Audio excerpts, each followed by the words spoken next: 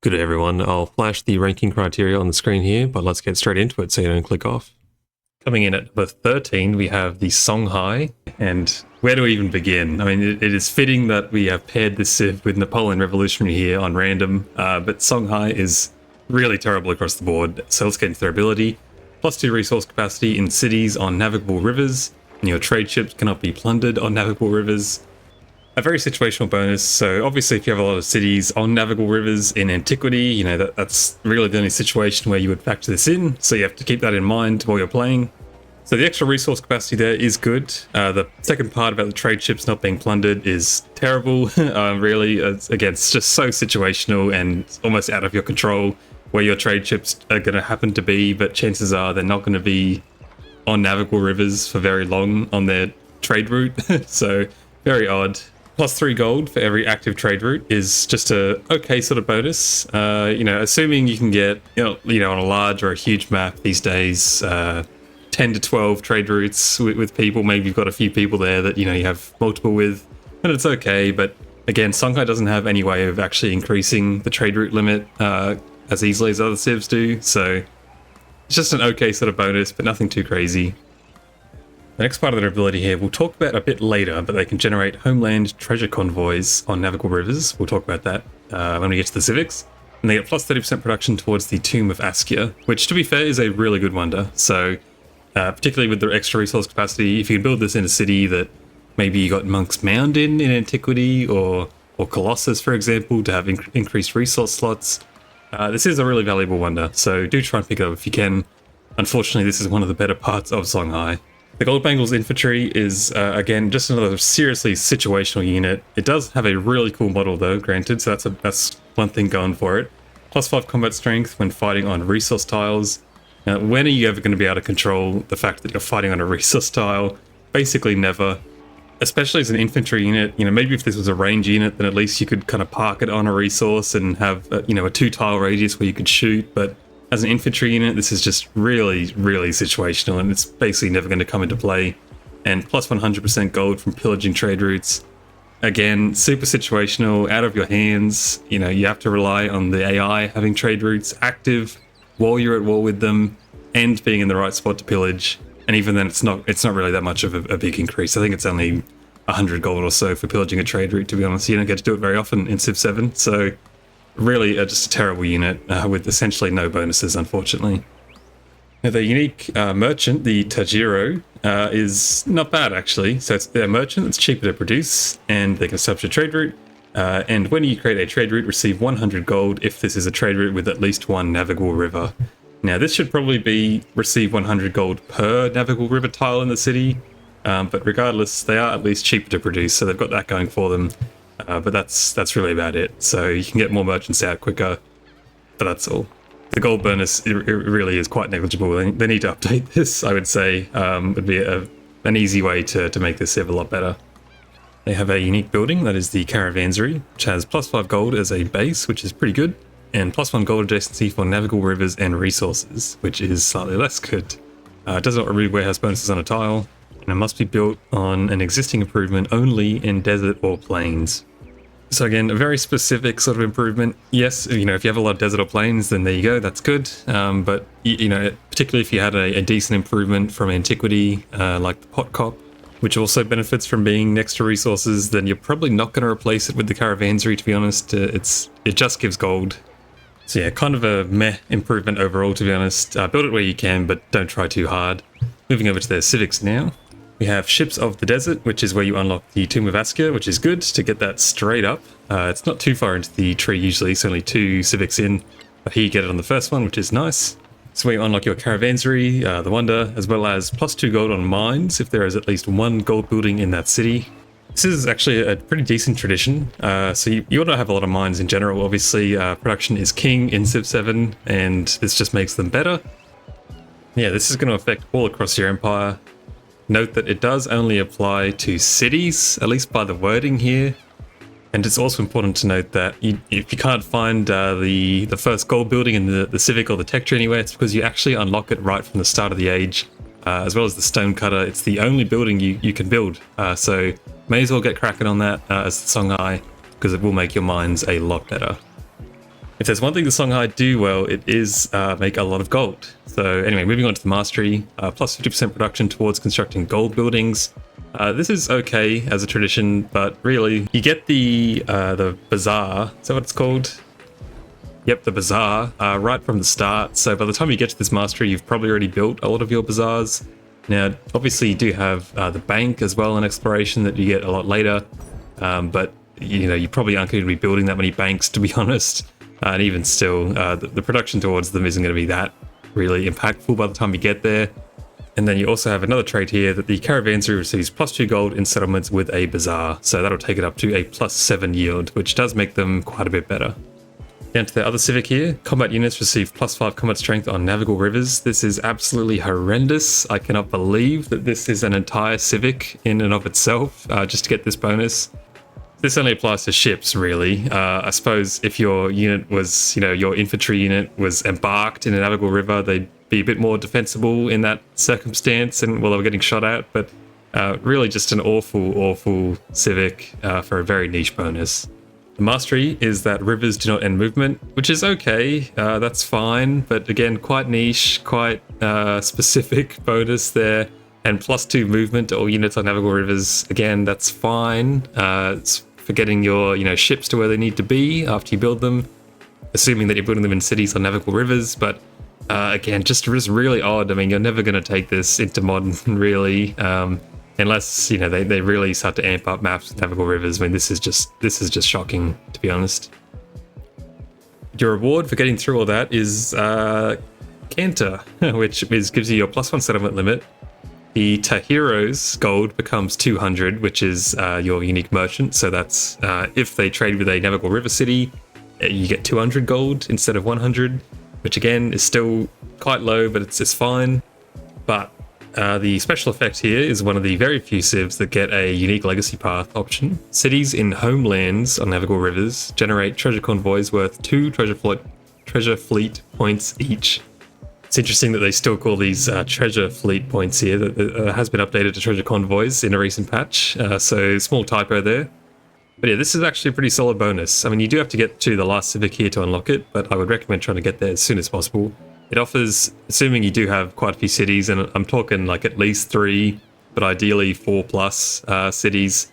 This is basically a free way to finish the economic path. If you can get this fast enough, have decent enough culture from antiquity carried over to get here pretty quick, then you can finish the economic path very, very easily. Important to remember as well that treasure convoys give 100 gold per point you cash in. So for these, you get 200 gold every time you do spawn a treasure convoy, which is pretty nice. But that's kind of the nicest thing about Songhai, really. They are a very, very underwhelming civ, with a great bit of flavor here at the end. I mean, they were the only civ, I think, apart from Mongolia, that had a unique legacy path option at launch, and they've made it a bit better. I think this used to be 1 point each, which was pretty bad. But yeah, great flavor. All they do is make gold, but unfortunately that just isn't enough to put them over the line in Civ 7. You need something more, and I mean, civics like this really aren't doing them any favors, to be honest. So you could easily add in an extra 1 or 2 effects to the civic if they were looking to buff them. But yeah, Songhai is going to have to go into D tier as the worst civ in exploration.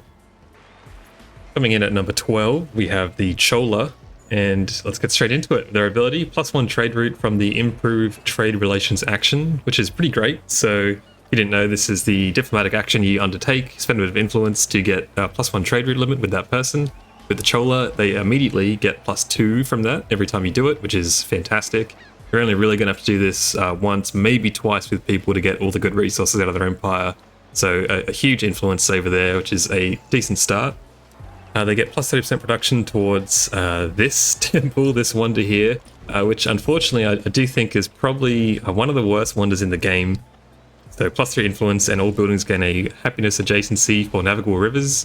That's really terrible. Again, like as with so many of the navigable river civs in this game, they're just so specific, and it feels like the buffs they get towards these quite bad tiles, navigable rivers themselves, are always so small, and I'm not sure why the developers seem to have overrated the power of navigable rivers so much and are so scared to give them any decent bonuses. Yeah, this wonder is trash, so probably don't even worry about building it, to be honest. We have the unique unit, and this is where probably one of the best parts of Chola lies, is the Kalam. It's the unique naval unit, and it gains +1 additional attack per turn if movement allows. So essentially, shoot twice. This is fantastic, and it really does sort of solidify Chola as their niche here really is naval combat. They are really good at that. They are probably the best civ in the game when it comes to naval combat in exploration. I can't think of anyone who is sort of better, but there is one that comes close we'll get to later. But yeah, they are really fantastic. This is a great unit. Being able to shoot twice is not only good for obviously damage, but doubling the experience you get on your commander. Speaking of which, they have a unique naval commander. The Otru, it has +1 movement and greater sight, and it really is, this thing, you can see very far with this. So in terms of exploring the map and getting to where you need to be, this thing is fantastic. And opposing military units in the command radius receive -3 combat strength. So you do want to try and get that +1 command radius commendation. It's really good on this unit. It's nothing too crazy, but to be honest, it's just a solid sort of improvement over the standard naval commander. So yeah, between these two, you can sort of see, I mean, look, we're kind of past the best of it at this point. I think this is where Chola starts to go downhill from here. But they have a fantastic naval game, and that's basically what saves them from being the worst civ in the game for me. But they do have a unique quarter, which is always a good sign. So they have the first building here, +4 happiness and +1 gold adjacency for quarters and wonders. Getting adjacency from quarters is always nice because that's quite easy to fulfill. And you get +1 happiness as well, adjacency from gold buildings and wonders. Must be placed adjacent to coast. Another building here is the Anju Vanam, and it has +5 gold as a base and +1 gold adjacency for coastal terrain, navigable rivers and wonders. So a ton of gold from this building. It's very solid at doing its job there. And +50% production towards naval units. So again, really gearing the Chola towards a naval domination sort of gameplay style and exploration, which is great. They are really good at that, and the AI does tend to be pretty bad at building navies. Although I will say, I feel like they've gotten better in recent patches. But yeah, +50% production towards naval units is a solid buff, and if you build both of them together, the unique quarter, 500 lords, you get +5 land trade route range and +15 naval trade route range, which is okay. It's pretty solid. I think the weirdest part about the Chola is that they want to be destroying everyone who has coastal cities and really dominating the seas, but then also you have this kind of bonus towards trading with people, particularly really good at trading with people over the seas, so slightly odd, but considering you kind of get this for free, really, you're going to be building these together anyway, so it's a decent bonus that saves you from making some of your towns into trade outposts in the distant lands. So there you go. Moving over to their civics though, and this is where things start to get a bit odd. +50% influence towards initiating the improved trade relations action is pretty solid. Again, just you know, saves you more influence as you go along. You don't even have to slot this in. You get this for free, so that is fine. But a pretty decent card, and this is also where you unlock your building. Unfortunately, it's the worst of the two you get first, so you have to go down to the mastery to get the other one. And the only thing this gives you otherwise, apart from the building, is +2 resource capacity in the capital, which is fine, but nothing to really write home about. Moving on to their next civics here. +1 gold from active diplomatic actions they started or supported. This is horrendous. This would be a bad bonus in antiquity. It's even worse here in exploration, so basically ignorable. They get a tradition, +3 culture on gold buildings, which is okay. Nothing too crazy, to be honest, but you're probably going to plug this one in most cases, you know, if you've got nothing better to do, so that's fine. But again, nothing too crazy here. Moving down here, the Kalam receives +1 movement and sight. So remember, that is your unique naval unit, which is fantastic, so it makes them even better. Huge amounts of movement and sight on both of their naval units by this point, as their commander as well. And -2 gold maintenance for naval units is fine, but again, these gold bonuses really aren't too impactful by this stage of the game. So, you know, install the mod that lets you see how much policy is going to benefit you, and then slot it in if you think it's actually going to be worthwhile. But you are going to have a lot of naval units, but even still, this probably isn't going to be saving you too much gold, to be honest. And lastly, we have monsoon winds right at the end. You get your +1 settlement limit here, and a tradition, +4 gold in settlements other than your capital if they have a water building. So this is okay. So keep in mind this works in towns. So when you buy a fishing key in your towns, which you're probably going to be doing if they're coastal, you should be doing that to connect them to your trade network, then that settlement gets +4 gold, which is okay. Again, it comes quite late in the civic tree here, so +4 gold by this point isn't going to be too crazy. Maybe you get to sort of 15 to 20 settlements in exploration.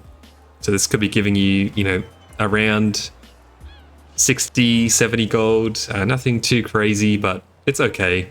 Also here you get your Otru receives the Convoys promotion for free. I had to look it up. Convoys is that the effect of this is that land units within the command radius have a +10 embarked combat strength, and traders within the command radius cannot be pillaged. Which is a pretty terrible bonus. I thought Convoys was the one that let you hold more units and transport them or something like that, but I guess not. Anyway, that's a pretty not a great bonus at all, but it does give you one promotion for free. It is in the leadership tree, but it gets you closer to accommodation, so I guess that's not that bad. And finally, you get the temple here as well. That's where you unlock it. Again, a really terrible wonder. I wouldn't really recommend building it, to be honest. Unless you got absolutely nothing else to produce, then go for it, but quite average. I suppose if you had a lot of navigable rivers, then you could consider it, but you're probably not going to have that many.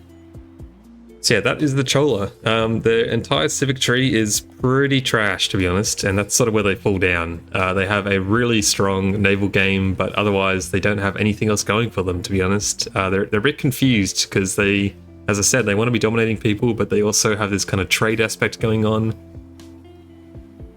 They want to be friends with people, but sort of enemies with others. Quite odd. So yeah, they belong at the C tier. Coming in at number 11, we have the Inca. And this one really hurts me, to be honest. I want to like the Inca so badly, but they keep getting these changes every patch, but they just don't seem to really touch the sides, or maybe touch on the big issue, which in my opinion is that Civ 7 doesn't really generate many mountains as a whole. You can see it here, even on this start I picked. I just did a random one really quickly. I'm not next to a mountain, which is a bit important. There's a few mountains within my sort of city here, but they're in terrible spots next to the coast, and it's really hard to make use of mountains in this game. I think having a mountain civ in antiquity would go a long way to probably making the Incans better. But yeah, let's get into it. So they can work mountain terrain, and they by default give +2 food and +1 production. You can generate treasure home. We'll talk about this a bit later. One of their civics, they have another path as well.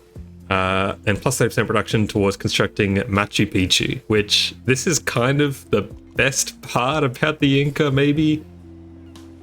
Keep in mind though, this has to be built on a tropical mountain. The requirement is very specific, and you can see here that I do not have any tropical mountains in my capital. Looking at the map here, I'd have to go up to here to build Machu Picchu. Machu Picchu is probably one of the best wonders in the game. It's, I would say, probably the best wonder in exploration. Although Notre Dame probably comes close. Wonder tier list coming soon. But this is one of the best parts of them. You unlock Machu Picchu so early in your civic tree compared to where you would get it normally in the science tree, which is right at the end. I think this is, yeah, one of the best parts about the Inca, which is not a good sign. We have a unique range unit here, the Warakak, and it has +1 movement and ignores movement penalties from rough terrain, +5 combat strength when attacking from rough terrain. This is a pretty solid unit. I mean, it's just a better, range unit. The ignoring rough terrain is really good. The +1 movement is really good, and the combat strength is really good. But you're not going to probably be declaring too many wars as the Inca. They don't really have many bonuses geared towards that, but this is just a generally good unit, to be honest. Just a really solid improvement over the base unit. We have a unique scout here, which I love a unique scout. We're in exploration, so slightly less useful in theory than the one in antiquity, like the Jaguar Slayer. But this thing is actually a bit of a beast. Now, vision, I find vision to be extremely important in Civ in general. Vision lets you see what wonders you're competing with. Vision lets you know who would be good to attack. Vision lets you know, find people earlier to get sort of trade routes going or endeavors, that sort of thing. So I rate Vision quite highly. And in the exploration age, you are going to be going over to that other continent, and you have a whole, new area to explore, most likely. maybe less so if you're on Pangaea. But this thing's a bit of a beast. It has increased sight, and importantly, they can see through mountains and rough terrain. Now, you don't realize until you use this thing just how often mountains and rough terrain were sort of blocking you from seeing things and exploring less. But once you unlock this thing, it's crazy. I mean, you can chart out a whole continent in, 20, 30 turns, really. It's just insane.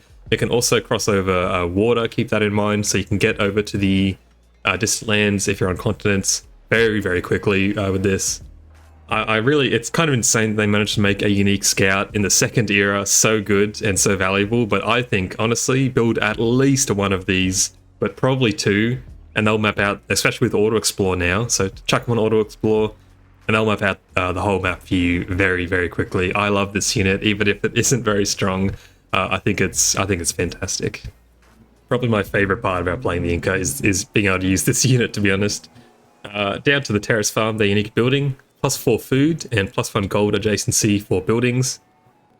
Note that the way this works is that it gives the gold adjacency to the building, not to the farm itself, which is a bit better, I think, for specialists, because I think that applies, correct me if I'm wrong in the comments, but this is slightly better than what it sounds. So it does not remove warehouse bonuses, the usual stuff, but it has to be placed on an existing improvement on rough terrain without a river or a feature. So they have lessened the requirements for these slightly. You used to have to place them next to mountains, which was really, really rough, pardon the pun, but so the requirements are a bit more relaxed now, but they are a bit weaker as a result, and they are still very specific to place. Looking at the city here, in terms of rough tiles that I could place a terrace farm on, just at a glance, I've got these two here. I think that's about it. This one, nope. So yeah, 2 tiles in my capital. You can already start to see the problem with the Inca is that I can only place 2 of my unique improvement. I can't place my unique wonder. They are a very specific sort of civ. Everything has to line up quite well for you to get them to work. We'll move over to civics. Right off the bat, you get your terrace farm and +15% food in settlements with a city center adjacent to a mountain or with 3 worked mountain tiles. So because you can't really improve mountains that much, like working mountain tiles isn't that great as a general rule, but it's okay, and it's worth doing if you can get this food bonus online, but really you want to be settling your settlements right next to mountains to get it without having to work too many. I think the best part about being able to work mountain tiles, to be honest, is that it would sort of allow you to get to this tile quite quickly. You could, well, I suppose there's a water tile here, but usually we have to go sort of all the way around or, around here, but with being able to work mountain tiles means you can get your rural population to where it needs to be very quickly to get resources and that sort of thing, which is nice. But yeah, this civic is okay, or this tradition, it's alright. Here's where you get the mastery. Here's what I said about Machu Picchu getting unlocked here. Rush this immediately, get it as soon as you can. +2 resource capacity in the settlement and +4 culture and gold on all buildings adjacent to the wonder is absolutely jacked. It's a crazy bonus. They also get +1 happiness to mountain tiles here as well, which is nice. Over to their civics, and I've talked about this one plenty of times, this civic. This is a pet peeve of mine if you've watched the channel before. Kolka receive +25% of the gold from trade income as food.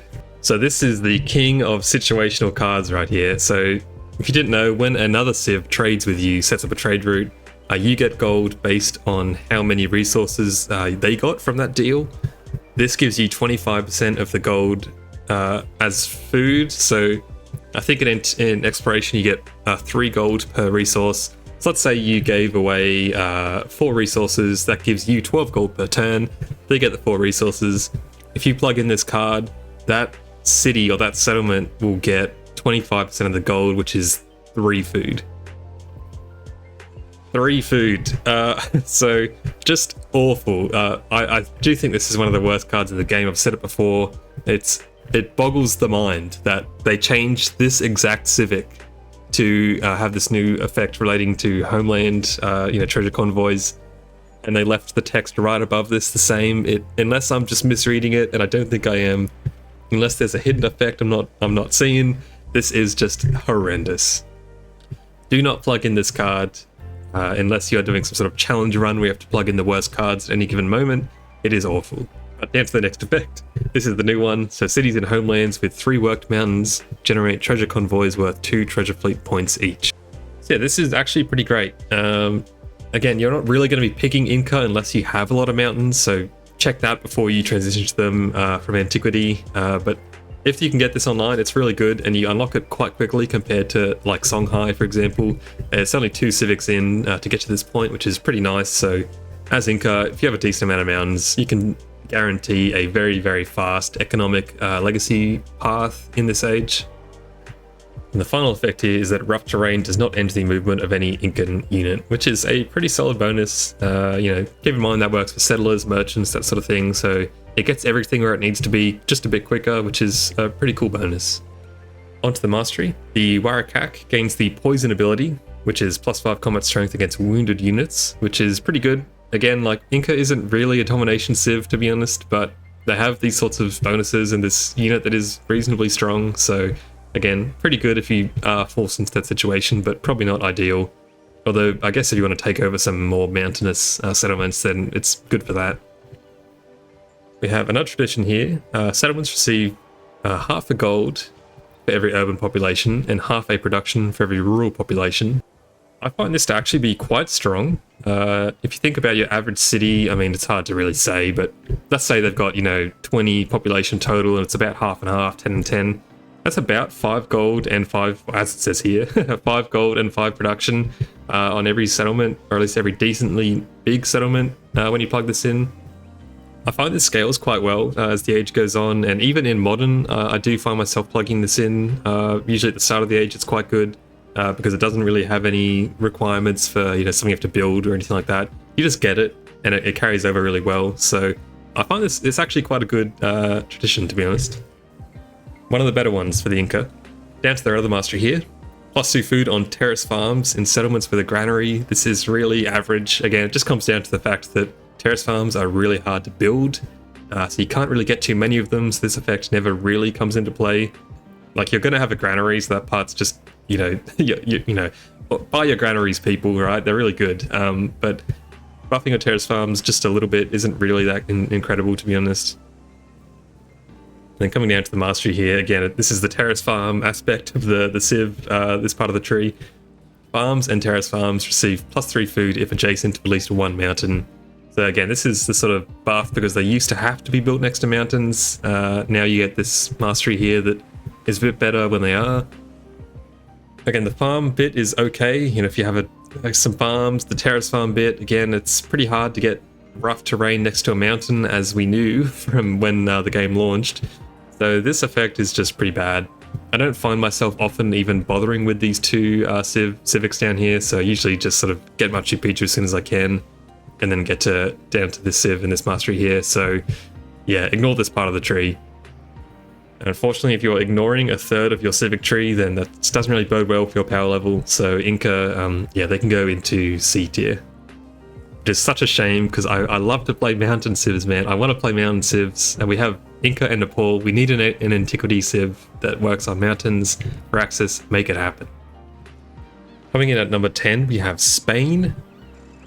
Spain's ability is that they get +15% gold towards converting a town to a city, or +30% in distant lands, which is okay. I mean, it'll save you a little bit of gold, probably averaging about 100, maybe 200 gold for a regular town to a city.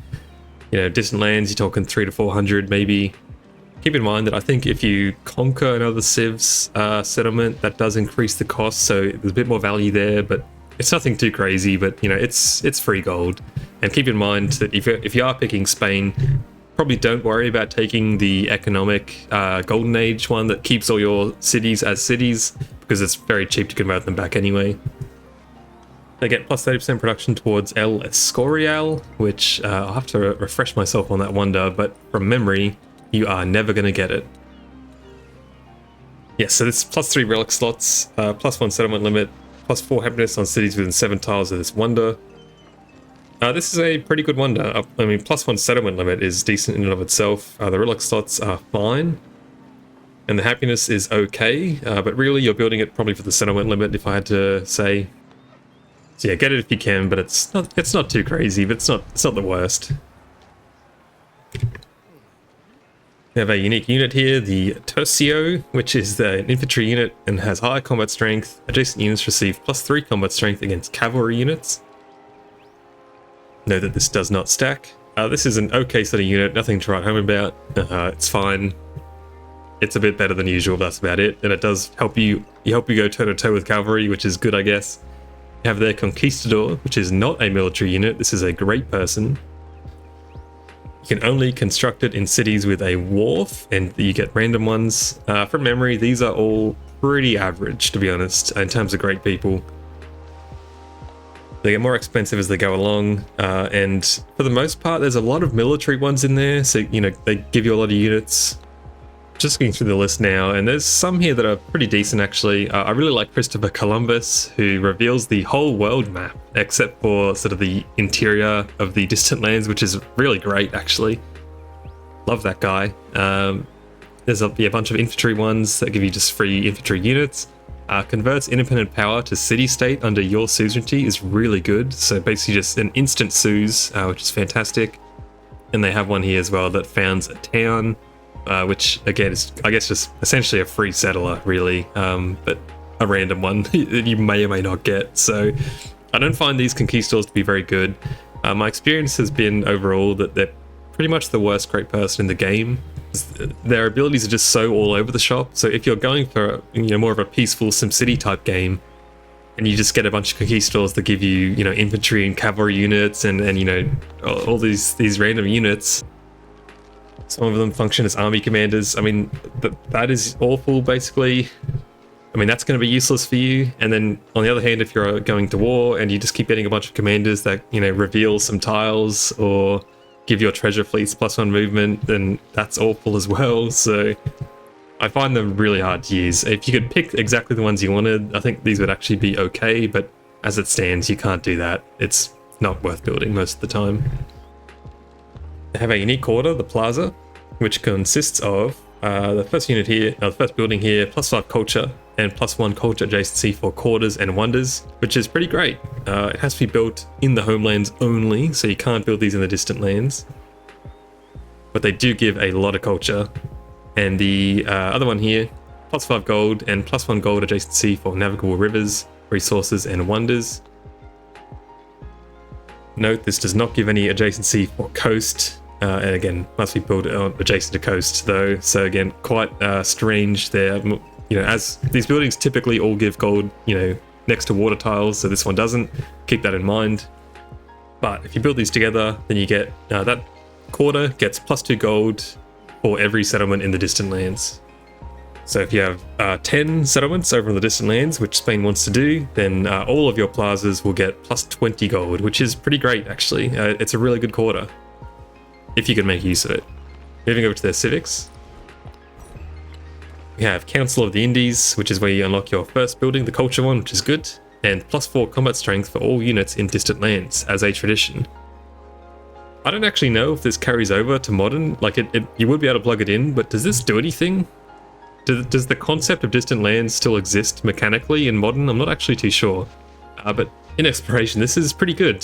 Just a flat 4 combat strength for all your units, if you are over there, is really powerful. So plug this in if you're going to war, which you probably want to be doing as Spain.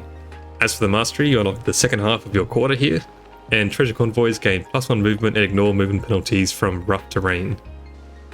Which is fine. I mean, you don't really care too much about movement, I find, on treasure convoys. It's more about how fast you can generate them. Though I will say they're a lot easier to get now, so maybe the movement helps a bit more, but I mean, realistically, it's only going to get maybe 1 extra convoy over the line, you know, or 1 or 2 extra convoys before the age ends, so I suppose it's not the worst, but not very impactful. Up to New World Riches here, +2 gold for each resource is fantastic. Just a really solid amount of gold, to be honest, and just applies all over your empire, so this is a pretty good one. Again, more gold for Spain, and +10% food and production in settlements in distant lands. So again, helps those new settlements you found or conquer get on their feet a bit quicker, which is nice. Down to the mastery, this way they get their +1 settlement limit, and I really feel like they should have 2, but they only get 1, so +1 settlement limit, as well as the one that we talked about earlier. Down here we have Armada, so fleet commanders receive the Flotilla promotion. So this is the one I was thinking about earlier. This gives you +2 unit slots and land units can pack into the commander. As well as a tradition here, the Great and Most Fortunate Navy, plus 50% production towards naval units and -1 gold maintenance for naval units. This is okay. I mean, it's a lot better. I think this is 2 Songhai abilities packed into one here, so that's a good start. Or maybe it was Chola. But anyway, this is okay. So obviously, if you're building naval units, plug this in. If not, don't worry about it too much. For the mastery, all military, land units, settlers, missionaries, and conquistadors receive +2 movement when embarked. This is not bad. In terms of getting, your units where they need to be, this helps you with that. That's sort of about it. I do find in general that units in Civ 7 just don't get to where they want to go very quickly, because pretty much you always have 3 movement as a max. Unlike Civ 6, by the end of the game, you're gunning units across the map with like 7 movement for naval units, but here you don't really get that. So this helps you a little bit with those embarked units. Getting your settlers over to the distant lands a bit quicker is nice. But that's sort of it for Spain. What they do have is quite good, I find, but it's just a bit average, which is why they're in sort of where they are. It's sort of, I guess, middle of the pack, but not really. They're okay. I just find them a bit underwhelming, all of their abilities. I mean, what are you really going to plug in here? The resources, +2 gold on all of them is good. The production and food in distant lands is good. But again, for a Civ that wants to do a fair bit of conquering, I do think they should get a second settlement limit. I guess you could say they kind of get it from the Wonder here, but you do have to fight for that, so keep that in mind. It's pretty deep in the tree here, so you can secure it pretty easily if you want to, but I do find that the AI does like to rush for this one as well. To be honest, all of the Exploration Age Wonders, the AI just loves to snatch them up. So yeah, Spain, they can go into C tier. At number 9, we have Hawaii, who has had the absolute biggest fall from grace of any Civ. For whatever reason, the first patch to Civ 7, like, it was so urgent. They just absolutely gutted Hawaii, to be honest. They used to be one of the best Civs in the game and one of the most fun, sort of unique, sort of marine playstyles. And again, for whatever reason, it had to happen. Hawaii could not stay this strong, which is crazy when you have Civs like the number 1 Civ still existing. But anyway, their ability is +25 culture every time a settlement expands to marine terrain. This is okay. I mean, you're not really going to be noticing this too much. It's quite a small amount of culture, but if you can get some coastal settlements online quite quickly, then it might be more impactful at the start of the age. But overall, it's not nothing too insane. To this end, though, they do get +1 happiness on fishing boats, which is okay, but again, quite a small amount of happiness, really, across your empire. And they get +30% production towards constructing this wonder here. This wonder gives you, every time you build a building on coastal terrain, it grants you culture equal to 50% of its cost, and it has +3 relic slots. Again, it's kind of a small amount of culture, really. Note that this does apply to your entire empire, so it's not just this settlement. Every time you build a building on coast, you'll get this effect to kick in. But I don't really think this is too crazy. The Bazaar and the Stonecutter, for example, they both cost 175 production, so when you get that wonder up and you build it on coast, which you would for the Bazaar, about 87 production, 87 culture, which isn't too crazy. By the time you sort of get this online, it's probably not going to be doing too much, but it's alright.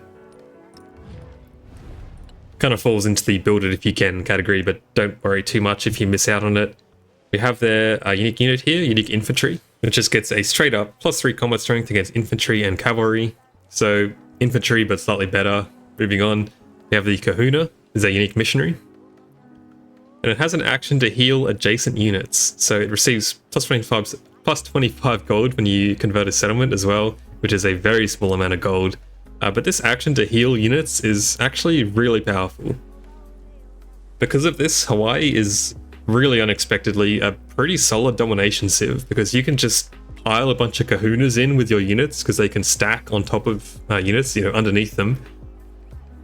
And you can just keep healing them back to full health. I think it's 25 health when you do use its ability that they get back. But again, you can heal 7 units at a time with this. Probably you're going to only be healing about 3 or 4 most likely, but it's really strong. It's a really strong ability. do not underestimate the kahuna as a sort of military tool, basically. But the gold, I mean, you can ignore this. I mean, what was it? 25 gold is so little. I don't know why. They should really buff this.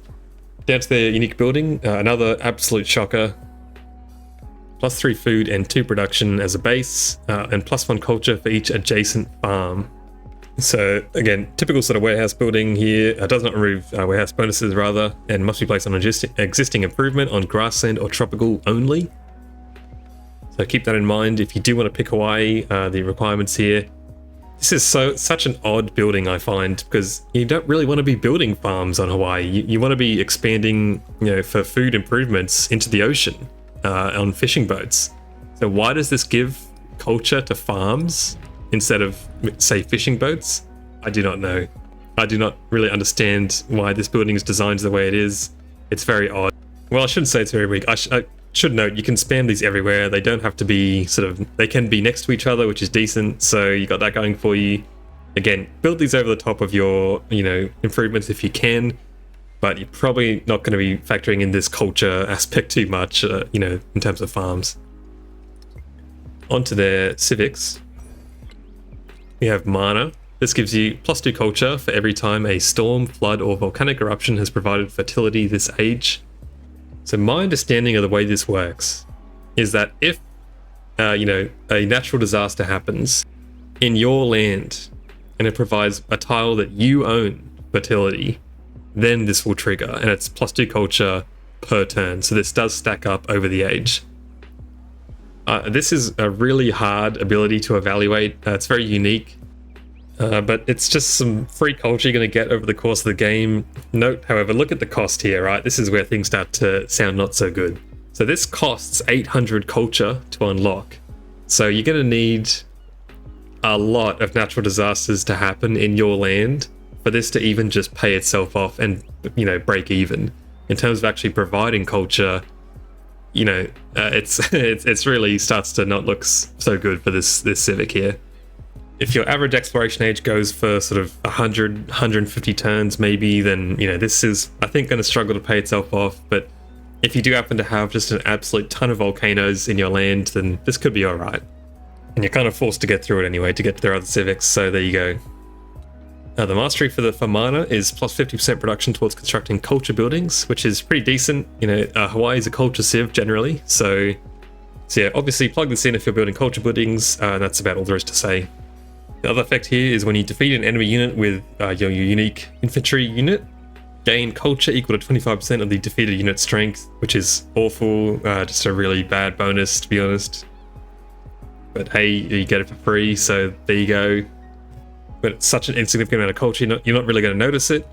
Down here you get your unique improvement, as well as +4 food on culture buildings, which is okay. It's a decent amount of food, but you can only really build culture buildings in your cities, obviously, unless you go for urban centers, or if you are Augustus. So keep that in mind.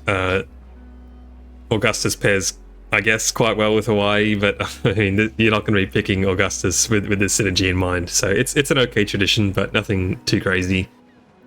And the mastery here gives +2 culture for your unique improvement in settlements with a pavilion.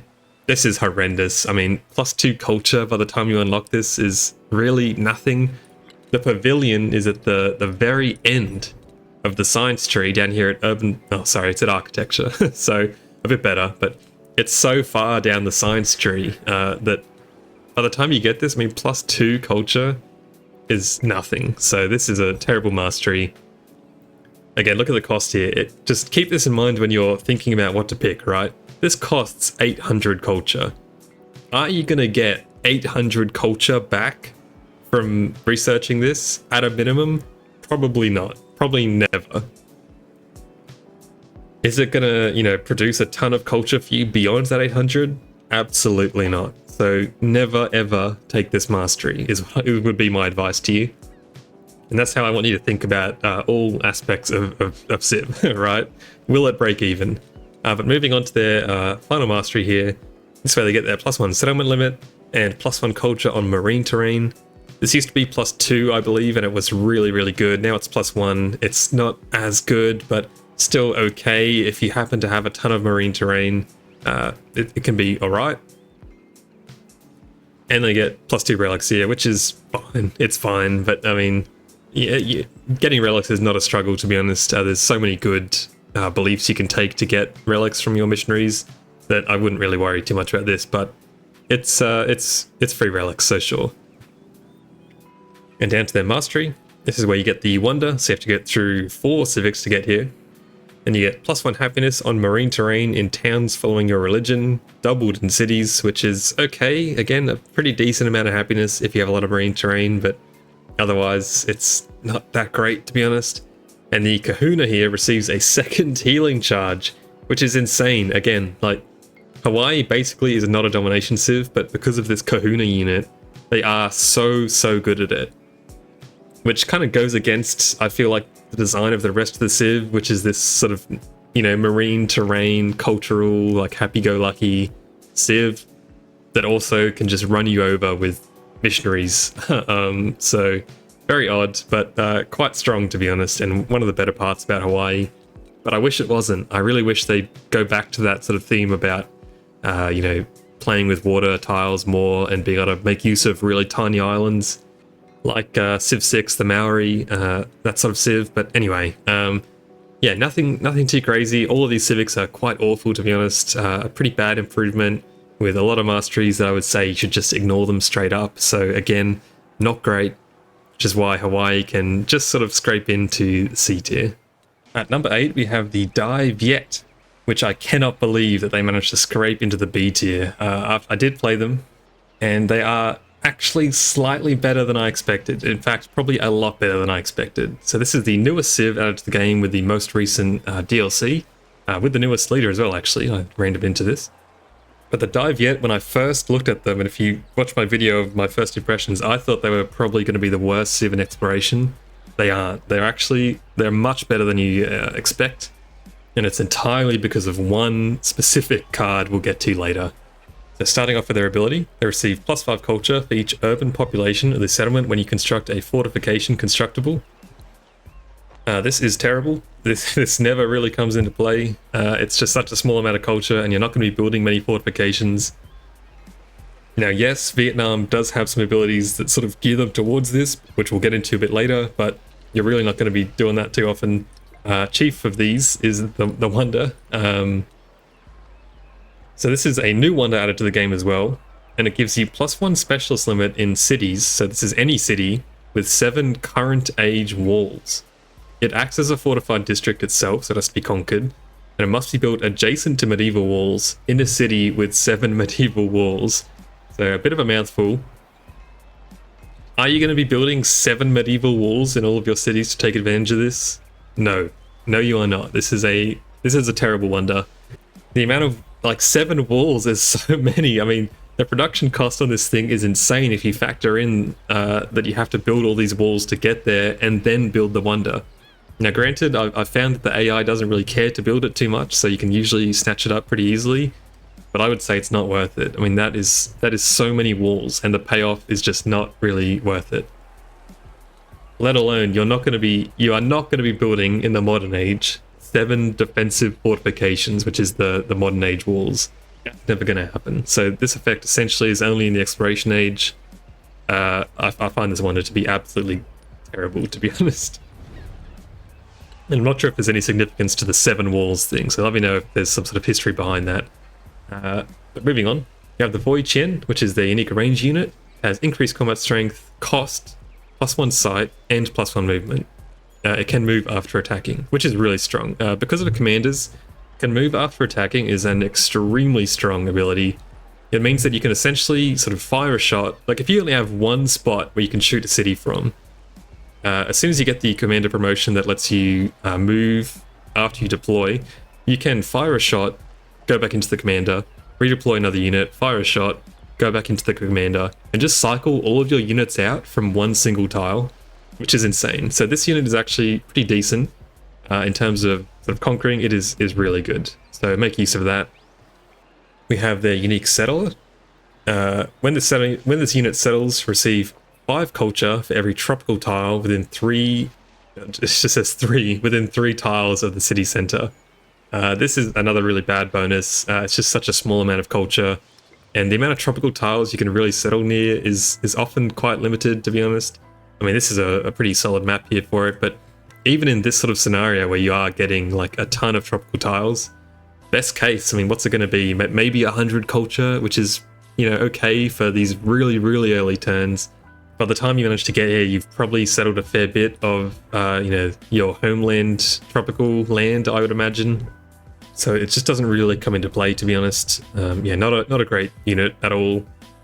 And the Water Puppet Theatre is their unique building. This can be built on top of improvements.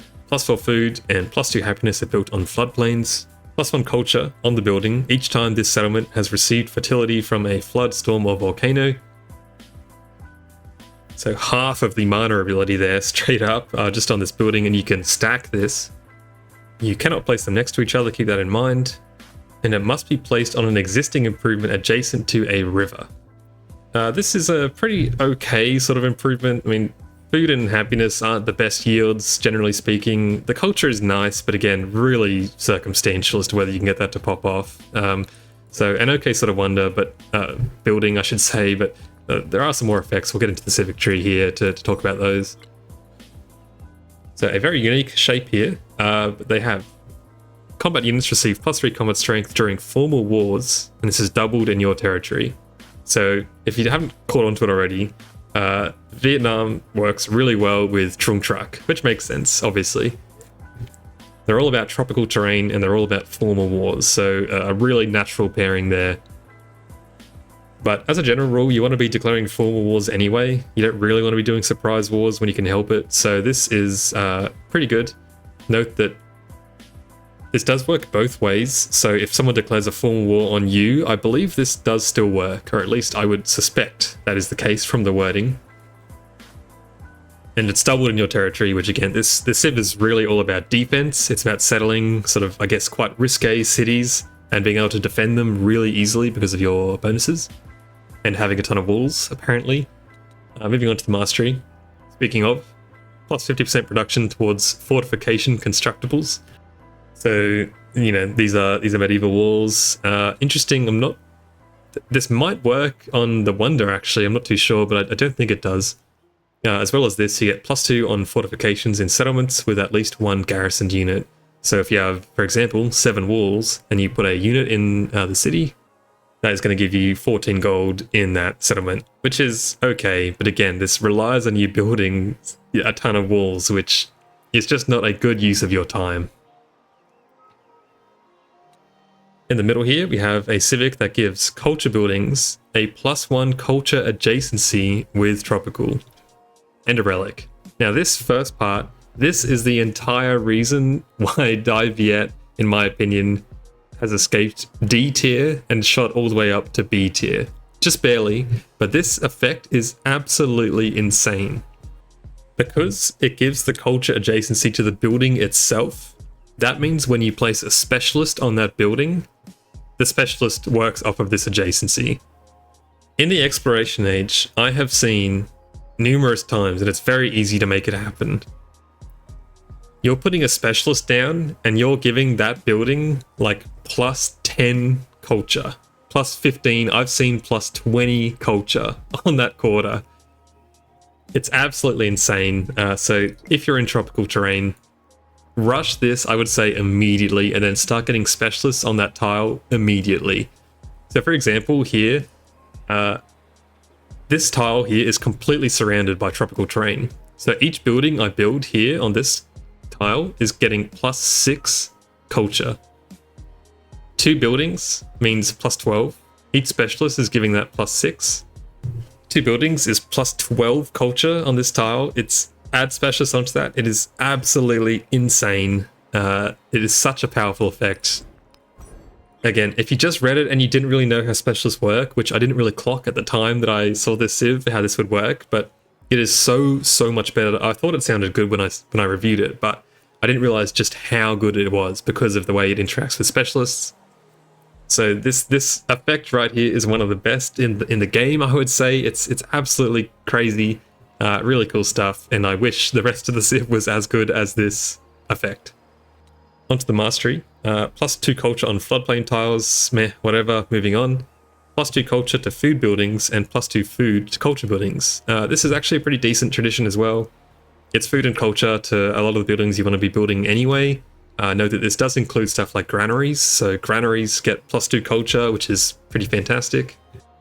Really easy to get a lot of value out of this civic, or this tradition, so yeah, really solid. Probably the second best part about this civ.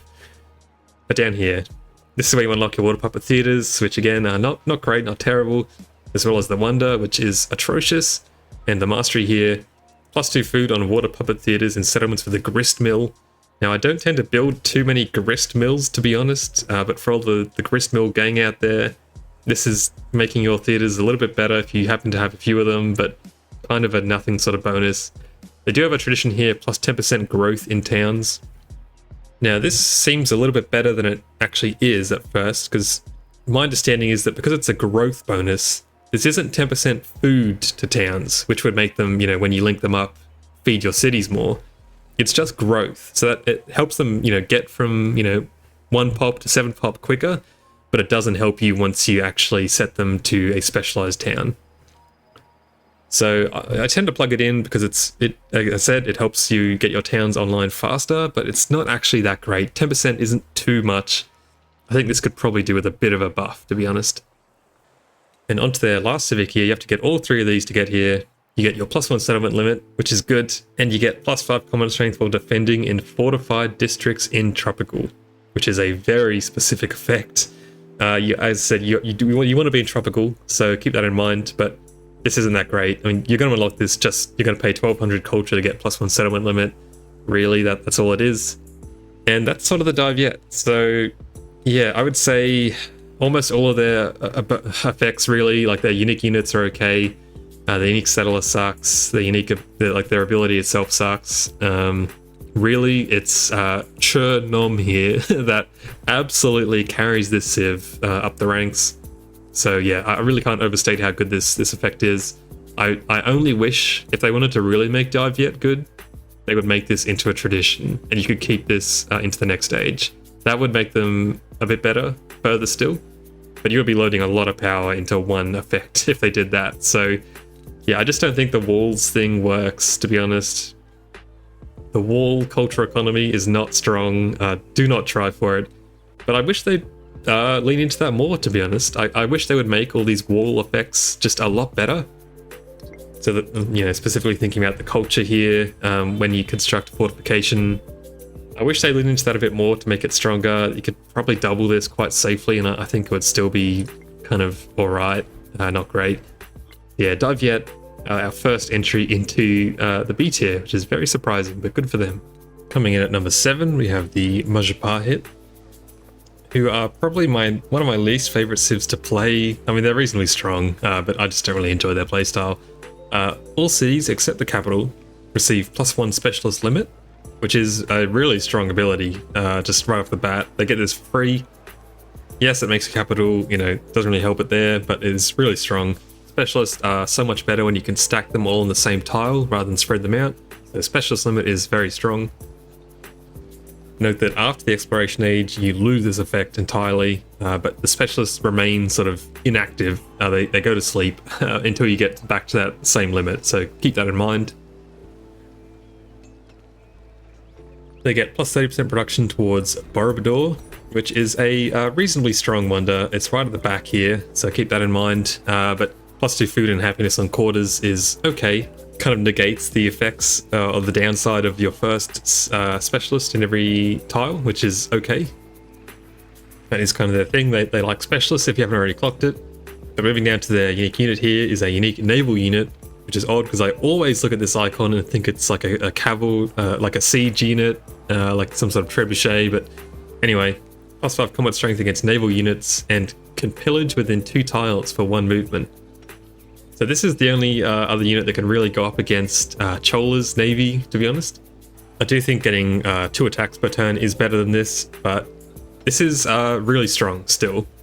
The pillaging especially is actually fantastic. I mean, you can pillage people's inland buildings with this, is the crazy part. So if you have your naval unit here, you can pillage someone's blacksmith all the way inland here. Importantly as well, if you're here, obviously the hard part about naval invasions, right, is that you still need to bring a land army with you. Not Majapahit. You could take this city from here with a naval unit, because if you have a unit here, they can reach here, and pillaging essentially counts as occupying that tile. So if these were all walls, you would destroy them all, down to 0, kill the unit that's on that tile, and then you pillage that tile to essentially claim that district. Once you claim all the districts of the city, you take it. So the Majapahit are really, really good at taking cities without any sort of land force to accompany it, which is quite strong. And note that the +5 combat strength against naval units is really good. I think, the AI are a bit better in recent patches, in my opinion, at building navies. So this does help out more than it used to. And, helps you go toe-to-toe with that deity combat bonus. So a really, really solid unit. And do not underestimate as well how easily you can keep these things alive because of pillaging fishing boats all around you as you fight.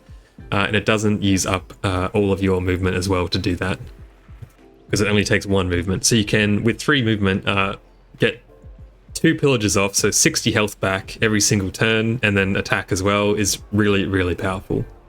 They have a unique missionary, the Padanda, and it is a unit that has a spread of religion and 25 culture and gold when you convert a settlement for the first time. So, at least it gives you a bit of culture as well. The Hawaiian one just gave you 25 gold, so already a bit better there. But it's quite a minor effect, so not much to say really. It just gives you a bit of culture and gold as you're doing what you probably should be doing anyway, which is converting cities in the exploration age. They have a unique quarter, and this consists of the Maru, which is a +5 happiness building, and +1 happiness for mountains and wonders, +2 happiness on natural wonders.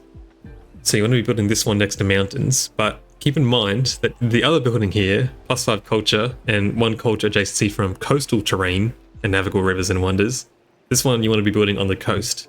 And the amount of times that I've missed out on this effect because I built these in 2 very separate places, because there aren't often too many mountains adjacent to the coast, is more times than I'd like to admit. So keep that in mind. You probably want to prioritize the culture aspect, so just kind of forego the extra happiness you get from mountains from this one, because this is a very solid unique order effect here.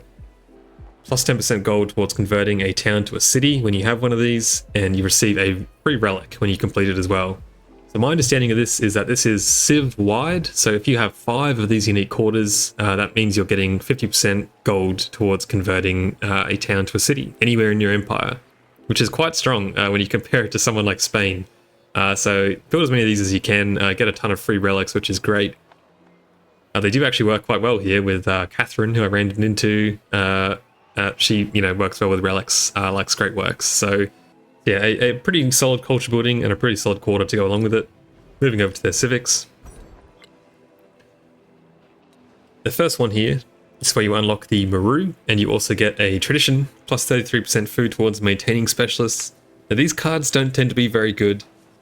Even when you're going for like a specialist build, a specialist heavy build, these sort of maintenance cards don't tend to be very good. So keep in mind that the Kamai in exploration have one that halves specialists, so that, half food and happiness, I believe. So this one looks pretty Weenie Hut Junior by comparison. This isn't really going to save you much food, really, so I wouldn't tend to plug it in, to be honest. The Mastery gives you an extra 25 culture when it converts to settlement. Again, let's look at the cost-benefit analysis here. You would have to convert 4 to 32 settlements to make this break even. So would I ever recommend unlocking this mastery? No, I would not.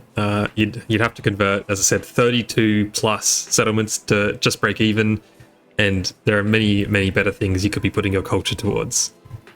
Down here is their second civic, where you unlock the second half of your quarter, which is the really good culture building.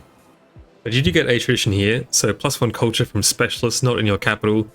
Now this is okay, +1 culture isn't that crazy, and I don't find you tend to get more than, say, 30 or 40 specialists, even if you're really trying in exploration, so it doesn't tend to be that much culture, but it's okay. It's usually a decent one to plug in. And the mastery here gives +25% production towards overbuilding, which seems like a really strange out of place sort of bonus, but this is really strong. You're going to be doing a ton of overbuilding and exploration, and you should try to be doing that whenever possible, because it stacks quite well with the first civic here in the regular tree, which is plus 20% towards overbuilding. So overbuild where you can, and they're really good at it. So this is actually a pretty strong civic. I would recommend getting this as soon as you can, because obviously the later in the age you go, the less you're going to be overbuilding, so there you go. But it is quite expensive to get to. The third civic here is Subak, unlocks a tradition, Subak, +1 culture and +1 production on marine terrain in cities. This is really bad. It sounds okay, but you're probably not going to be having that much marine terrain as the Majapahit. They don't really have many bonuses towards that, other than the fact that they are a pretty good naval civ and they have, you know, some pretty solid coastal adjacencies from this building here, but you're not going to have that much marine terrain. If you do, then go ahead and plug it in. It makes them a bit better with the production, but nothing too crazy. And culture buildings receive a +1 happiness adjacency for coast terrain. Note, this only applies to culture buildings, right? So you're not going to have too many of those, and as I said, you don't tend to have many mountains on the coast, so that's, you know, you want to be building your culture buildings next to mountains, so a bit of a weird one. You get it for free, but it's not going to impact your game at all, really. We have a great mastery here. +5 combat strength to naval units when they attack land units, which is fantastic. Again, the Majapahit are so good at taking out cities that are just a little bit inland. You can just park a ton of your units on their coast, take out any naval units they have with the +5 combat strength, and then the land units that try to sort of hold the ground, you just destroy them with this effect as well. I really do. The best part about them is taking out cities. So this mastery is really fantastic at helping you with that. The last one here, +2 culture on quarters, is a really good bonus. Really fantastic. It's going to be a fair bit of culture across your empire. +1 settlement limit, and this is where you unlock Borobudur, as we said before. So nothing outrageously strong, but I just find the Majapahit's kit to be pretty solid overall. Again, specialists are really strong in Civ 7, and they kind of feed into that, but not in a major way, I find. The specialist limit is really great, so they're really strong for their time, but their missionary is pretty bad, their unique unit's really good, these buildings are pretty good, but nothing outrageous, so I feel like they are very well situated to be in the B tier. Next up we have the Normans, who have one of my favourite themes in the game, maybe an unpopular opinion. I do not rank the Normans as highly. I have it on good authority that another content creator, who you may or may not know, called Sir Ryan, ranks the Normans in S tier, which I find absolutely untenable. But anyway, let's get into it. Land units receive +1 movement when embarked, and land units adjacent to coast receive +5 combat strength. A pretty solid bonus overall. The extra movement when embarked is nice, nothing too crazy.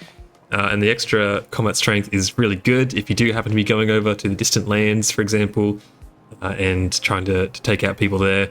But I think this is quite specific to that scenario and quite hard to make use of. You're probably not going to be fighting right next to coast too often, except for those first, few cities where they are on coast. But again, you're kind of hoping that the AI has settled coastal, so quite specific in my opinion. Plus 30% production towards the White Tower. The White Tower isn't fantastic. So +4 happiness as a base yield, and +4 happiness in only that settlement that you build it in for every tradition in the government. Which isn't fantastic in my opinion. I mean, it is a lot of happiness in that one city, but that's about it. So build it if you can, but don't worry about it too much. We have the Chevalier. Is a unique cavalry unit, which is always a good sign, and +3 combat strength against slower units. Only really comes into play against, everything but other cavalry. So, infantry, ranged, and siege. This does get slightly better with a card we'll talk about later, but as it stands, I don't find this unit to be overwhelmingly great. +3 combat strength against some units is fine, but nothing too crazy. We have the Soakman, is their unique settler, and it founds towns, and you instantly get walls in the city that you found. Or the town, I should say. So this is pretty good. I mean, again, this kind of plays into something similar to Vietnam, I guess, where you want to be settling quite risque cities, and then you can defend them quite easily.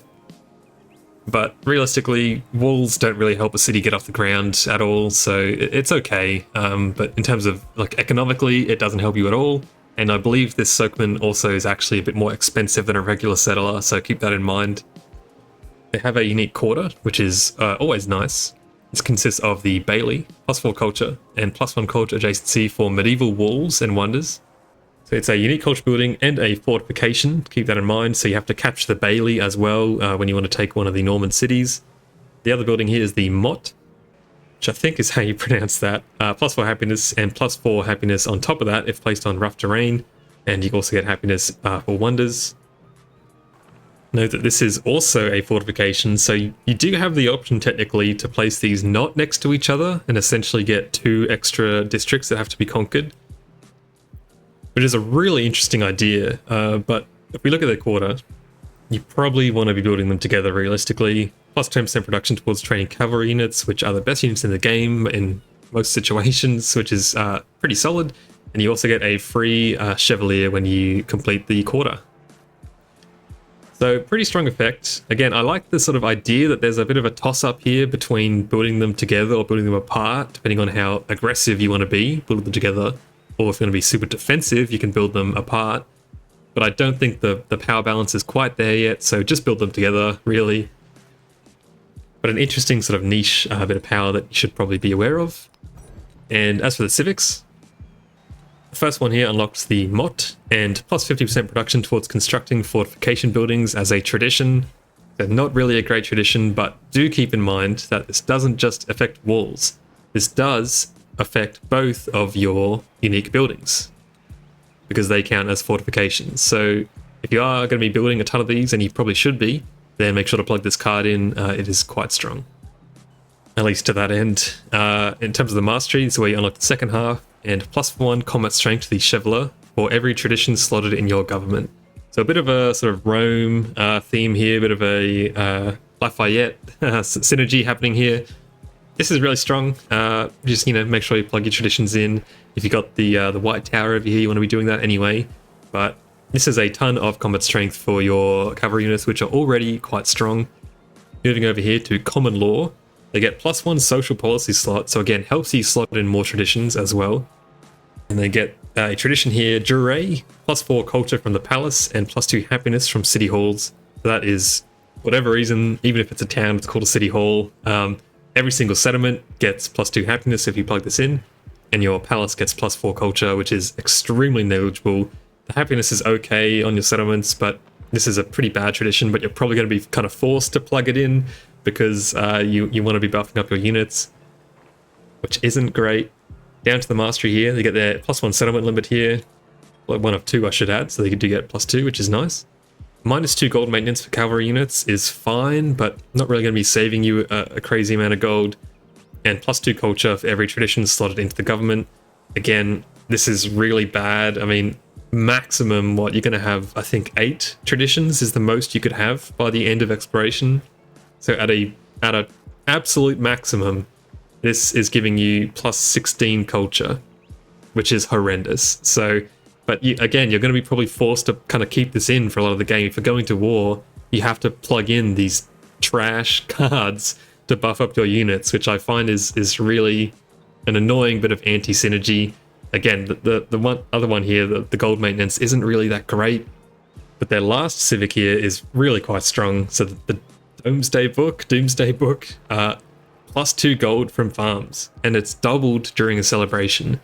So you're going to be celebrating a fair bit. Just in general, you should have quite good celebration uptime across your empire, just as a rule in Civ 7. So on average, this is probably like 3.5 gold from farms, I would say, which is really strong. You're going to have a ton of farms across your empire just generally. If you are playing the Normans and you are settling these new towns, try to build farms where you can. 1, because they're good for growth, to get to 7 population faster. But 2, when you get to Doomsday Book, it's going to be generating a ton of gold. I do find that this ability probably carries a fair bit of the Normans' power. It is really strong. The last tradition here is +4 culture in settlements not founded by you. Again, pretty bad. I mean, maybe you capture, being really generous here, like 10 settlements in this age. That's 40 culture. This costs 2,000 culture to research. So again, another tradition you're probably going to sort of through gritted teeth plug in to get the combat strength on your units. But I find it really underwhelming. And the last mastery here is just the last settlement limit you get, which is good, and unlocking the White Tower. So the Normans, I mean, I don't see it. I don't see the vision. I mean, yes, they're more of a war civ, and they're really good at holding the cities that they take and settling cities and, you know, really quite close to other people and being able to hang on to them with their walls. But I just don't see it. Other than Doomsday Book here and the Golden Farms, I just find them to be not as good as they seem to be, you know, thought of in the community. So let me know your thoughts on the Normans down below. I don't really get where their power's coming from. Maybe I'm missing something, but that's my opinion of the Normans. I think they're good, but not outstanding, so they belong in B tier. At number 5, we have the Shawnee. So we're at top 5 now. Settlements built adjacent to navigable rivers gain +2 food on river terrain, but cities not built adjacent to navigable rivers receive -10% food. This is a downside. This is a gate you have to get through to want to play the Shawnee, unfortunately. If you can get most of your cities on navigable rivers, then sure, it's pretty good. So plan around that. If you in the Antiquity Age, if you're planning on becoming the Shawnee, but this is, as a general rule, a downside. Why is it plus, like, 2 food is almost nothing, but -10% is a huge downside. So very odd. 30% production towards constructing the Serpent Mound is pretty good. This is a pretty solid wonder. If you played someone like the Ming, was it? Yeah, the Ming, the Han in Antiquity with their Great Wall. This is going to buff all of your Great Walls. A really good wonder. So try to grab it if you can. And it does synergize with their unique building as well, obviously, which is good. I have a unique unit here, infantry, and +1 combat strength for every unique empire resource. So note that this is only these ones up here, but not these treasure resources. So they've got a unique icon. See if I can't find it really quickly. Something like wine, for example, is a empire resource over here. Keep that in mind, but a really strong unit. You're going to be getting a lot of combat strength from this, which is really good, and the Shawnee are really good at war, especially if you pair them with someone like Tecumseh, who's their natural fit. Unique missionary here, +1 movement, and rivers do not end movement is fine. Nothing too insane here, I would say. Just gets your mysteries where they need to go a bit faster, but that's about it. And the unique building here, which I believe has now been patched, I will say. But anyway, +4 food and +1 gold for each adjacent resource. So very similar to the pot cop from the Antiquity Age Mississippi. Does not remove warehouse bonuses and must be placed on vegetated terrain, not adjacent to another one of these. So yeah, an okay sort of improvement. It's just a lot of food really, and some gold if you can sort of hack it, but nothing too insane quite yet. Over to their civics. Their first civic gives you that building improvement and +4 culture to all farming towns and +4 food to fishing towns. This isn't really that great.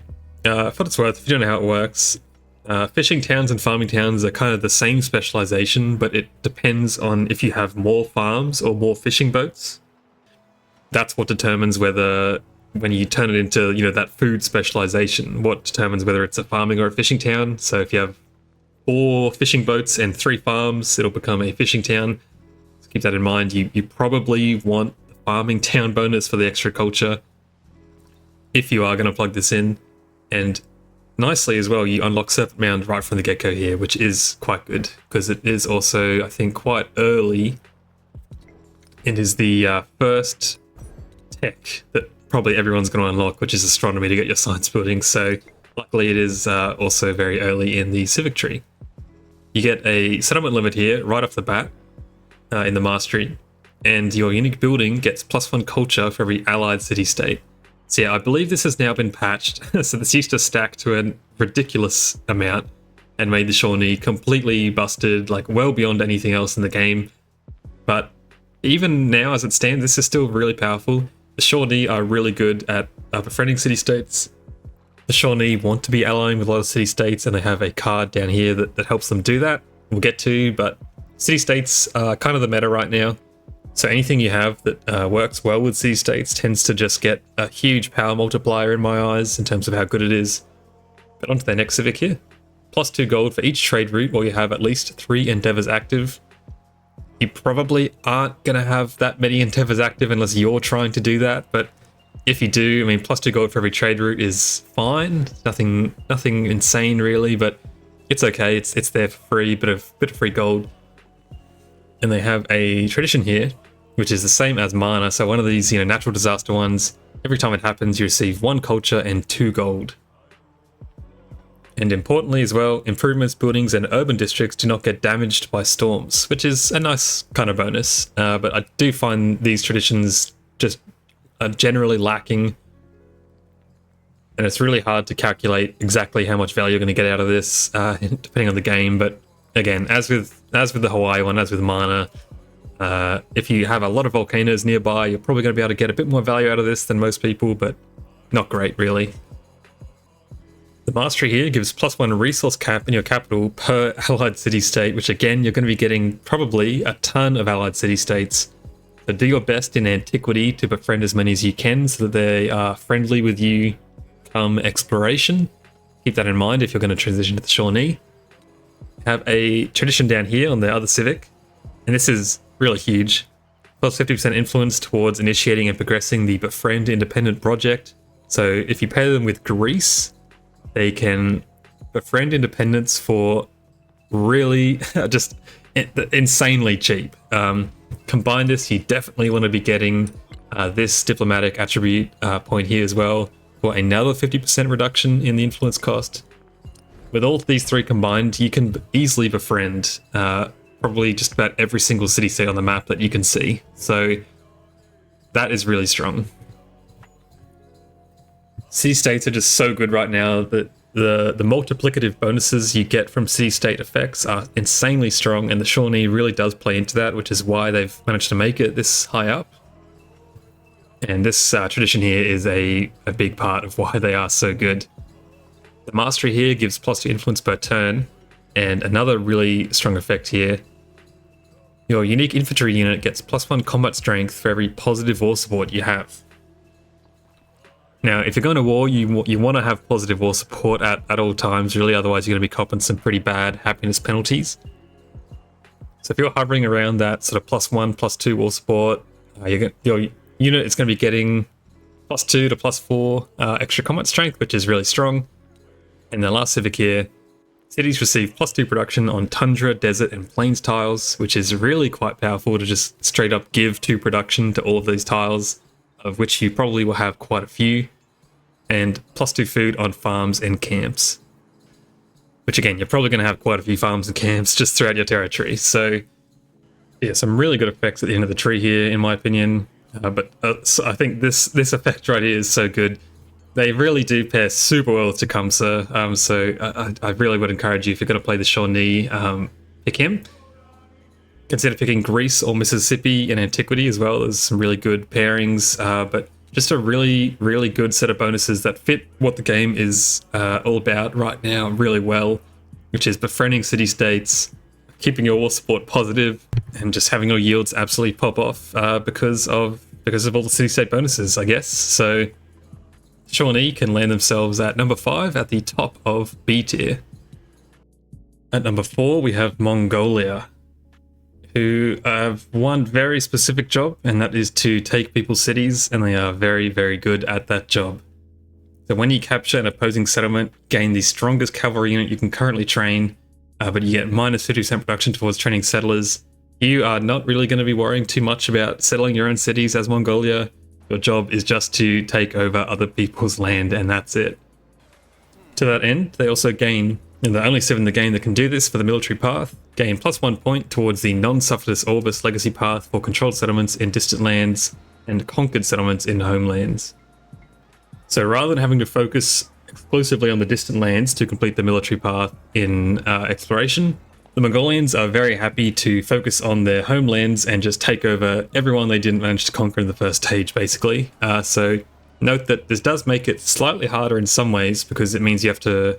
There's no bonuses from religion or anything like that when it comes to completing the legacy path, so you have to conquer just Straight up, there's no way around it.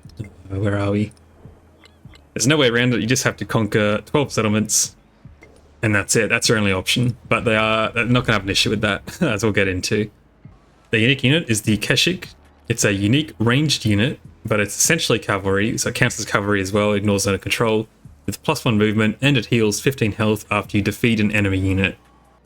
So just like the Immortal heals a bit when you kill something, this is just a really strong unit. I mean, it's got 4 movement, and it can shoot. So really, really strong. I have a unique army commander, which gives +50% flanking to cavalry units in the command radius. So again, keep in mind this counts for your Keshik, but it counts for your regular cavalry as well. This is a pretty strong effect. Flanking is really good. If you don't quite know how flanking works, in Civ 7, when you attack a unit, it essentially forces that unit to face that direction. And if you attack them from a different direction to that, that's considered flanking. So the damage from it is quite strong, and this just makes it even better. And the unique improvement is the Or2. It gives +5 gold, and it restores movement to any Mongol unit at its location. So this sounds amazing, but I've really struggled to pull this off in practice. But in theory, you could chain these Or2s across your territory, and you could move a unit across your entire map in one turn with full movement. So that's the theory. However, it has to be placed on essentially nothing. It has to be placed on flatlands, so not on rough, not on river, and a kind of a feature on it. So quite specific. Good news is these generate a ton of gold as well, so they're not entirely useless outside of that use case. But yeah, I find it hard to make use of these, even though I love the idea. Over to their civic tree, and I'll just address it right here off the bat. They have +4 settlement limit, which is, as far as I know, the only civ to give +4 settlement limit, which is crazy. But let's look at their civics. First civic unlocks the Or2, which we just talked about, and their tradition here gives +4 happiness in settlements not founded by you for each resource assigned to them, which is really good at getting those cities straight up to being super happy. Chances are, if you're conquering some pretty sort of well-founded cities from other civs, they are going to have a ton of resources in them, so +4 happiness for each resource is pretty fantastic. And again, helps those cities sort of get back on their feet after you probably burn them down. The mastery here, captured towns do not cost double to convert into cities, is really good. Just going to save you a ton of gold, because you are going to be taking over pretty much exclusively other people's cities rather than founding cities yourselves. So this is, yeah, going to save you a ton of gold. It's really good. And the +1 settlement limit there. 4 hounds here, again, settlement limit, and you receive a free Nguyen in your capital, which is your unique commander, which is okay. Just, you know, get another one, get more XP going, which is good. The mastery down here gives +1 movement to cavalry units, and a tradition, +3 combat strength for cavalry units, which are both really, really good. You're going to be building almost exclusively cavalry on Mongolia. You barely even need siege, to be honest, as them. That the cavalry units, they're so good. And they get another settlement limit here again. Yasa at the last civic, +25% production in cities not founded by you is great for all the cities you take. And the Or2 receives +4 gold in settlements you do not found as well. Again, a bit harder to make use of, I find, but still not unreasonably strong, but not too weak. And the last mastery here, another settlement limit, your 4th and final one, that unlocks their wonder here, the Erdeen Zoo. +4 culture. And every time you create a cavalry unit, you get culture equal to 25% of its cost. This isn't really that good, to be honest. Even as Mongolia, I don't think this wonder's really worth it to build. Doesn't really help you militarily at all, and it's quite late in the tree here. Minimum, you have to go through 4 civics to get here, so by the time you do that, the amount of culture you're getting from this is just not going to be worth it. As with almost all of these sorts of effects, where you get sort of a yield as a percentage of something's costs, they all are always quite bad, really, aren't they? So yeah, Mongolia, they're very straightforward. I don't really enjoy playing them much because I don't like managing this many settlements, but they are so good at what they do. They just want to burn down everyone around them. They take them over, and then they turn those captured settlements into really productive cities, which is amazing. So yeah, Mongolia can be our first A-tier civ. Coming in at number 3, sorry, the top 3 now, we have the Ming. And Ming get +50% science in their capital, which is enormous. That is a fantastic bonus. So the Ming are all about science, and in my opinion, science is really fantastic in Civ 7, more so than in previous entries even. The downside of this is that they get minus 15 flat science per turn for each social policy, but not traditions slotted into their government. So what this means is that you do want to consider that your Civ from antiquity was good and has good traditions, essentially. So you are not going to be starting the age by slotting in a bunch of social policies that aren't traditions from your previous Civ. So keep that in mind. It's usually not too hard to do, and by the time you do have to start slotting in social policies, minus 15 is insignificant, but at this very start of the age, you want to avoid having minus 15 science at all costs until this plus 50% multiplier can really take over. So this is a really powerful bonus. You just have to be slightly aware of how to play around it, basically. You also get 30% production towards constructing the Forbidden City. If we look over here, the Forbidden City gives plus 2 culture and gold on all fortification buildings in this settlement. This works really well with the Ming because of what we are about to discuss, so we'll go down straight to the Great Wall here. The Ming Great Wall gives 5 culture and 1 gold adjacency for every fortification building, so you got to build these in a straight line, and as you chain them up, essentially they'll be getting 5 culture and 2 gold on every single Great Wall, except the ones at the end will get +1, but it's essentially +2 gold. They do also provide fortifications, as you would expect from sort of a wall fortification sort of building, +6 combat strength when defending. You have to build them in a line, as I said, but these are fantastic. This is an incredible improvement. You should be building this wherever you can, ideally in a line, so you do have to have a bit of a think about how you're going to build them and pick your rural tiles quite carefully as you're growing your cities and towns, but it is absolutely incredible. If you build a Forbidden City in a city that has a ton of Ming Great Walls, it's going to make them even more insane. If you're playing someone like Green Xerxes, then it pops off. It's absolutely ridiculous. The Ming Great Wall is fantastic, and so far, so good. Up to their unique unit here is their unique infantry unit, and they get +4 combat strength in featureless tiles, and it has a ranged attack, which is really powerful. This is a fantastic unit on offense and defense, to be honest. But yeah, look, it's just really solid. Not much more to say about it. Have the Mandarin is their unique merchant, and they can establish a trade route as normal. The special bonus here is that they get 100 gold whenever they use the create a road action. And initially, I thought this was a really terrible bonus, but admittedly, now that playing tall is a bit more viable and food and specialists are a lot better than they were in previous patches, you do find yourself having to create quite a few roads, actually, if you want to properly link up your towns. I'm not sure if it's meant to be this hard, but it is quite hard. You have to manually create a lot of roads for it to work. So the gold is actually pretty nice. It's certainly not any bonus you should really write home about, all things considered, but it's actually it's not as bad as I initially thought. So there's the Mandarin. Moving over to the civic tree, we have the 9 garrisons, which is where you unlock the Great Wall, as we talked about before, and +2 science in settlements with a garrisoned unit. We'll start off the age with a unit in every settlement if you're playing on regroup instead of continuity, which I suppose either way you should try and position, if you are going to go to Ming, try and position your units as the age is ending to be in your cities. This way you can get a pretty decent sort of base of science going right from the start with this tradition. And again, you are probably almost certainly going to be plugging this in as soon as you get it, so that you don't take the -15 science penalty from their ability.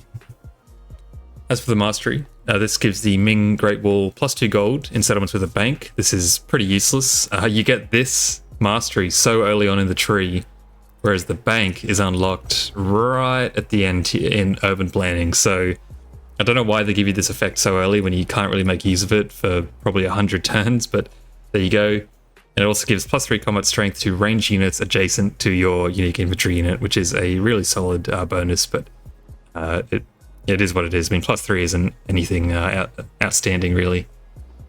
Up to this civic here, and this gives 25% gold towards purchasing buildings in towns. This is a really nice bonus. It is going to save you a ton of gold. The longer I've played Civ 7, the more I really value settling a town and then instantly buying an absolute ton of warehouse buildings in the town. And this is going to save you hundreds of gold pretty much every time you do that. It just helps to get that town up to 7 population and specialized really quickly. claim a ton of resources around it, all that good stuff. So I rate this quite highly. As for the other tradition here, +1 signs for each resource assigned to a city, +2 in cities other than your capital. This is really, really strong. That's going to be a lot of science. Most of your cities aren't your capital, right? So for the most part, this is +2 signs for every resource you assign to a city. Now note that it is cities only, not towns, so keep that in mind. But a really solid tradition that, again, all these traditions you're going to be plugging in anyway, for the most part. So this one is one you'll not be mad about doing that. The mastery here just gives +2 resource capacity in the capital. For 1200 culture, you're probably not going to dedicate enough culture to really bother with this one. It's a lot of investment for not much payoff, and as we talked about on this one, the resources in your capital actually aren't as valuable as ones in other cities, so a bit of a strange mastery, to be honest. This civic down here, Mandarins receive +25 signs when they use the create road action, so that would be in addition to the 100 gold. It's fine, it's nothing too crazy. By the time you get down to this civic, 25 signs probably isn't that much, but as I said, I do find myself creating quite a few roads when I'm playing the Ming just to make use of it, so it's free science, it is what it is. And the tradition here as well, Grand Secretariat, +2 science on gold buildings and +2 gold on science buildings. A really solid tradition. It's free science and gold, which are fantastic yields to be getting, and there's not much more to it really. It's a good one, plug it in. And lastly, the mastery down here, you get your +1 settlement limit in the Forbidden City, which I think is reasonably competitive with the regular tech tree. So 4 civics you'd have to get through here, and it would be 3 in their tree. So slightly faster, which is nice. But that's the Ming. They have a really solid civic tree. There's not too many bad things in here other than this mastery. Their effect is really good. I mean, they're mostly carried in a big sense by this 50% science in your capital, which is going to just make sure your capital is really good. Make sure your capital has some really good spots for your science buildings, so lots of resource adjacency going on. And the Great Wall is going to generate pretty much all of your culture that you're going to need for the entire age. And it carries over into modern, which is crazy good. It's such a good improvement. So between these two effects, all of your base yields are good to go. And you've got this unit here that is really good at defending or attacking if you really want to, and a merchant that helps get all your cities linked up. So just a really solid civ all round. No real weaknesses, to be honest. So that is why they belong in the top of A tier. Coming in at number 2, we have Nobody. I'm actually going to put the Abbasids at first. They are tied for first with the final civ in this video, but I'll get to that later. I think the Abbasids are unquestionably the best civ in exploration, at least in terms of setting you up in the modern age as well. They are incredibly strong in exploration, but I do think that they are slightly outclassed in the age itself. So I'll talk a bit about the other civ later, but it really comes down to how you rank them. As for the final civ is strictly better in exploration age, but the Abbasids are slightly worse, I would say, but set you up so much better. Regardless, controversy over, let's get straight into their ability.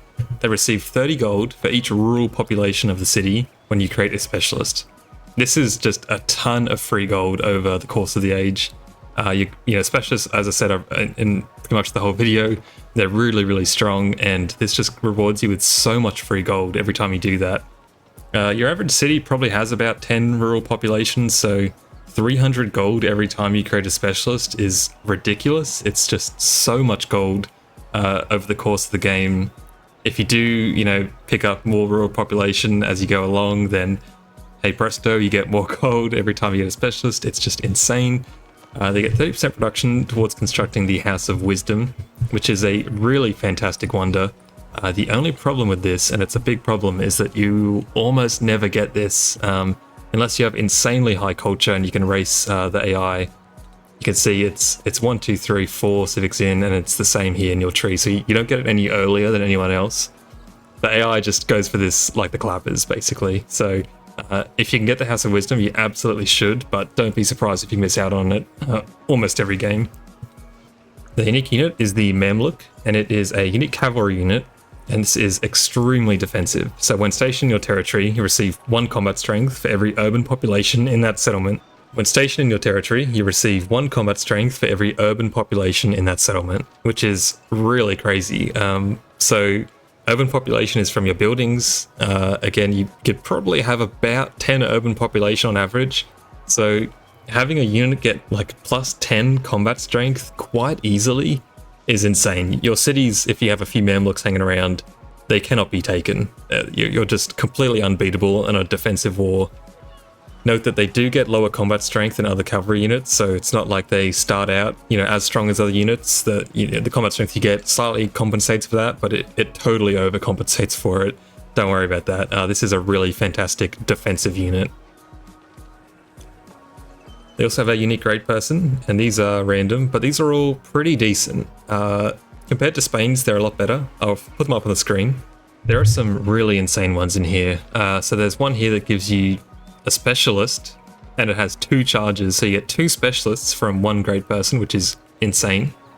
There's ones here that generally they're all sort of science focused, science and happiness mainly. There's one here that gives you an additional social policy slot, which is really great. And there's an absolutely fantastic one in here as well, Al-Farabi. Apologies for the pronunciation, but it gives you a free randomly unlocked technology. Now the trick here is to unlock the entire tech tree, and then when you get to future tech and it starts to get really, really expensive, you can unlock a 50 turned future tech instantly with this guy to essentially get yourself 1 free, well, I suppose now it's not a wildcard point anymore, a random point. But yeah, using him like that is really, really good. These great people are generally quite strong across the board. The Abbasids also get a unique quarter, which is always a good sign, and they've got an absolute cracker as well. Starting with the Madrasa, this has a science building with +5 science as a base and +1 size adjacency for quarters, science buildings and wonders. This thing is so easy to get up to, +7, +8, +9. It is really, really fantastic. Getting a 3rd science building on a civ is always super strong in my opinion.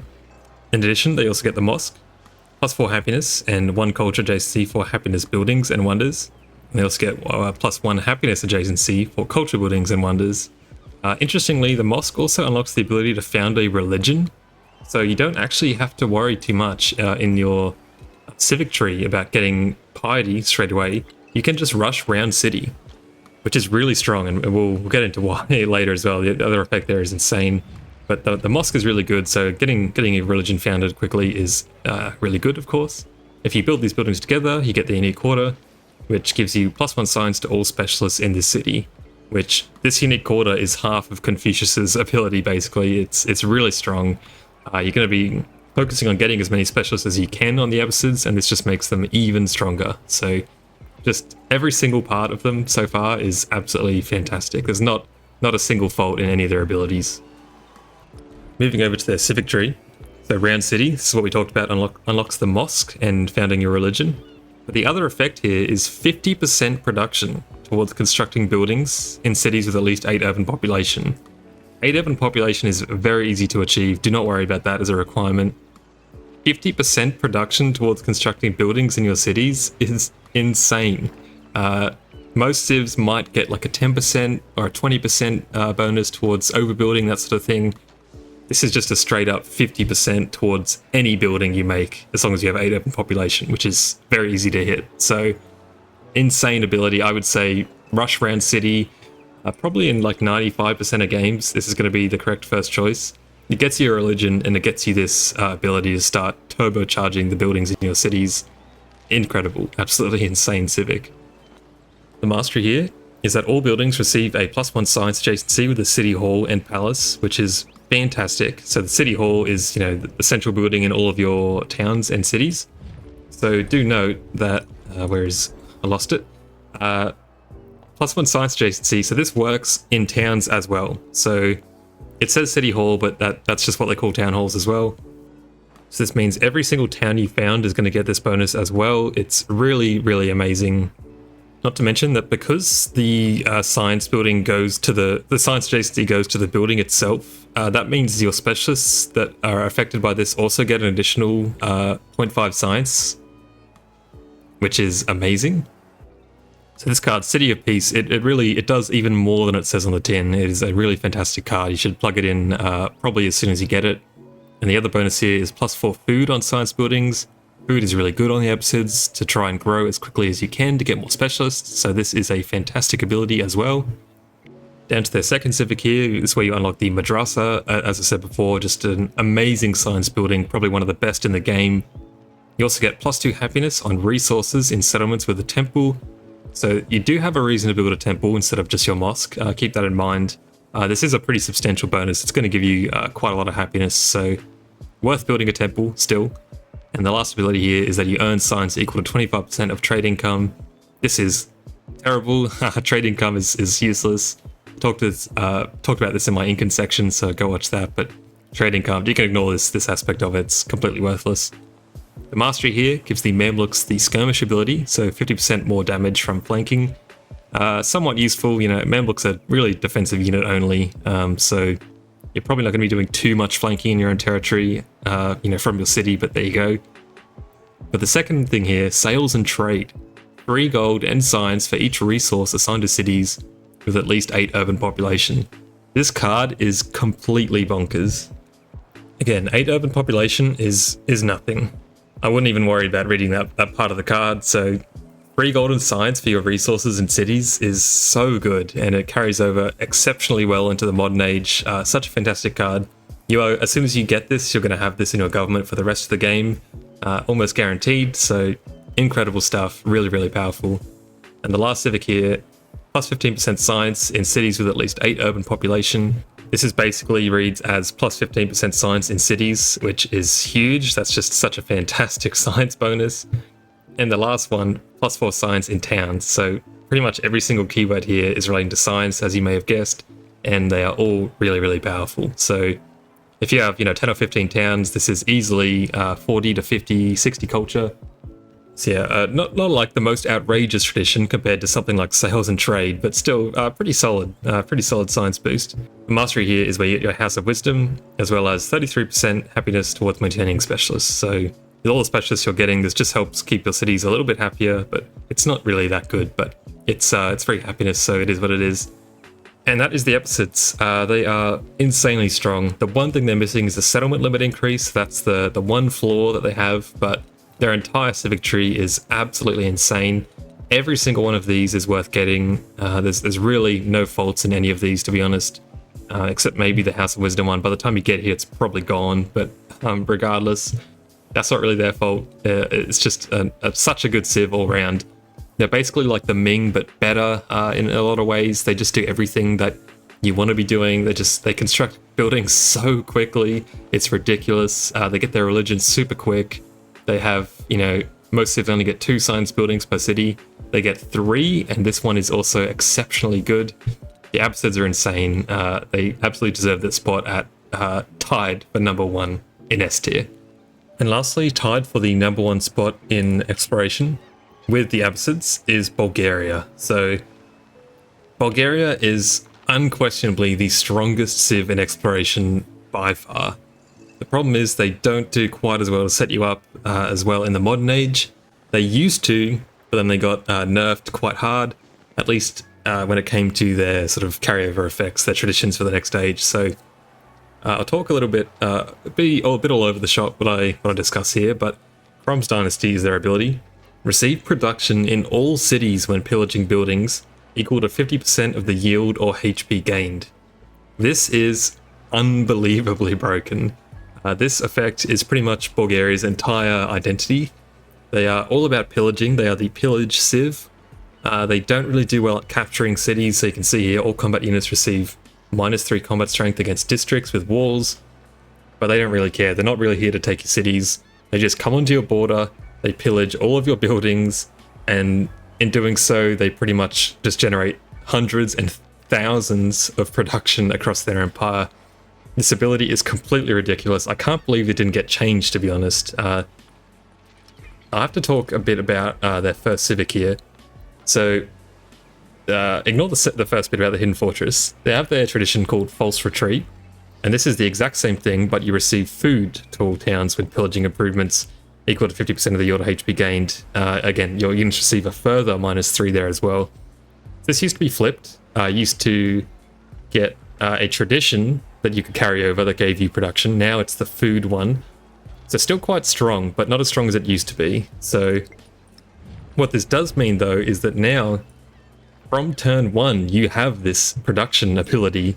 So again, they made them slightly worse, well, a lot worse in the modern age, but they made them absolutely ridiculous in the exploration age, because now you can just start pillaging from turn 1, especially with the new continuity setting. Get a bunch of units on someone's border when you age transition, and you're just going to get off to the most ridiculous start possible. So Bulgaria is insane. Just if this was all they had, I think they would be reasonably strong, to be honest. 30% production towards constructing the Rila Monastery.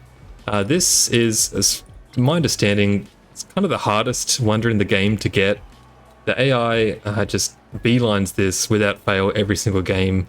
I don't even know where it is, because I never even bother looking, to be honest. It's actually in the tech tree, so it's here at Heraldry. So Heraldry isn't really something you want to be going for as a player, but for whatever reason, the AI rates it very highly. This is almost never, you're never really going to get this wonder, which is a shame because it is really quite strong. 3 relic slots and receive a relic every time you build a wonder, including this one. So that would be pretty decent, but yeah, unfortunately, you're not really going to be able to make use of that in most games, I find. Although, if any civ could do it, it would be Bulgaria. They have a unique unit here, the unique cavalry.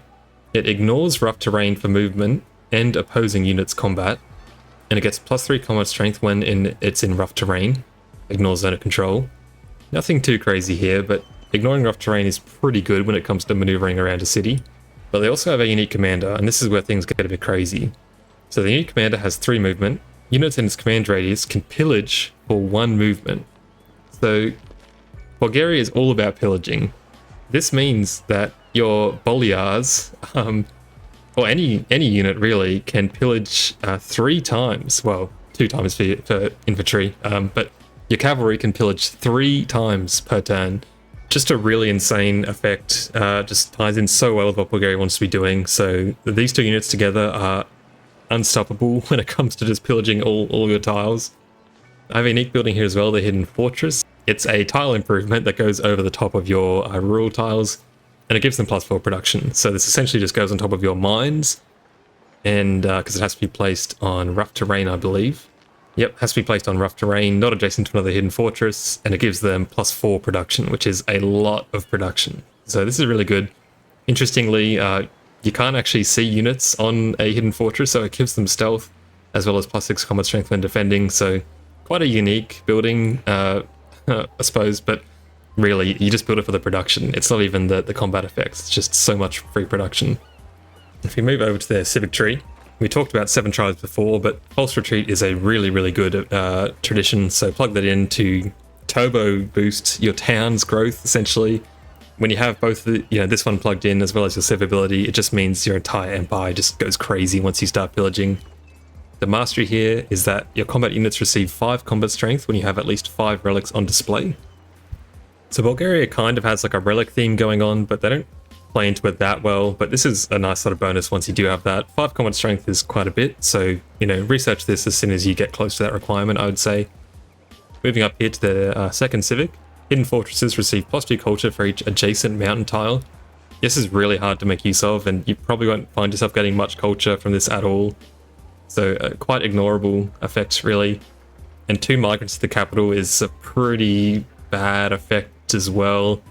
Again, just quite negligible bonuses, really. But you just have to grit your teeth and get through this civic to get down here. Tradition here called stratagems. 50% more yields and health while pillaging. So not only does this increase the yields from pillaging, the health you get back from pillaging, but it increases the food you get in all your towns, and 50% more production in every single city every time you pillage. This card, you should be going for this as soon as you physically can. 50% more yields, from pillaging is just ridiculous considering all the knock-on effects this gives. You should also be trying to get on your army commanders the promotion that gives an additional 50% yields from pillaging. That is completely ridiculous on Bulgaria. And if you can manage to get it, although it's really hard, the Mausoleum of Thedric in the Antiquity Age gives, I think, 100% yields from pillaging, which just makes At that point, Bulgaria is unbeatable, in my opinion, completely unbeatable. So a lot of stacking effects, and they get +1 settlement limit here, which is really nice as well. Down to their last civic. That's where you unlock the Real Monastery, as well as the effect of +2 happiness on hidden fortresses in settlements with the temple, which isn't very good. Again, you really just want the hidden fortresses for their production, but it's free happiness. It's just nothing too crazy. The final tradition here is that great works provide 1 happiness and 1 gold, which isn't that good. And you also get a free relic down here as well. I would say for the most part, chances are you've missed out on the Real Monastery. That's just probably a given. So you can kind of ignore this part of the civic tree. But the fact that you can ignore a third of their civics, and I still rate them as the best civ in exploration, as hopefully give you some perspective as to how strong the abilities that you can actually implement are. Really, it's just Crumb's Dynasty is completely insane. I don't know. I really am surprised this one has not been nerfed, considering someone like Hawaii, poor Hawaii, just got smacked down so quickly. But anyway, Bulgaria is really strong, a really fun and unique playstyle. They, kind of take on that role as maybe some of the Nordic civs from previous ones, where you're playing Vikings and doing lots of pillaging. That's Bulgaria's thing. So if you enjoyed that playstyle in previous games, you'll love Bulgaria. They are so good at it. And yeah, I think they can happily take the title of the strongest civ in the age of exploration. With the slight caveat that, unlike the Abbasids, they don't give you quite as much to carry on into the modern age. So that's the only part where they fall down, really, is that the Abbasids have insanely strong traditions that they can carry forward, whereas the Bulgaria doesn't really have that to that extent. So that's the sort of nuance that I've applied to the end of the rankings here. Hopefully that makes sense. That is all I've got for you today. Let me know your thoughts down below on my rankings here. Are there any that you massively disagree with, or did I get them all completely right? Because my opinion is objectively correct. Let me know if that's true. Otherwise, don't forget to like, subscribe, or dare I say, join the channel to get a little badge next to your name. But regardless, I hope you enjoyed the video. Thanks for watching.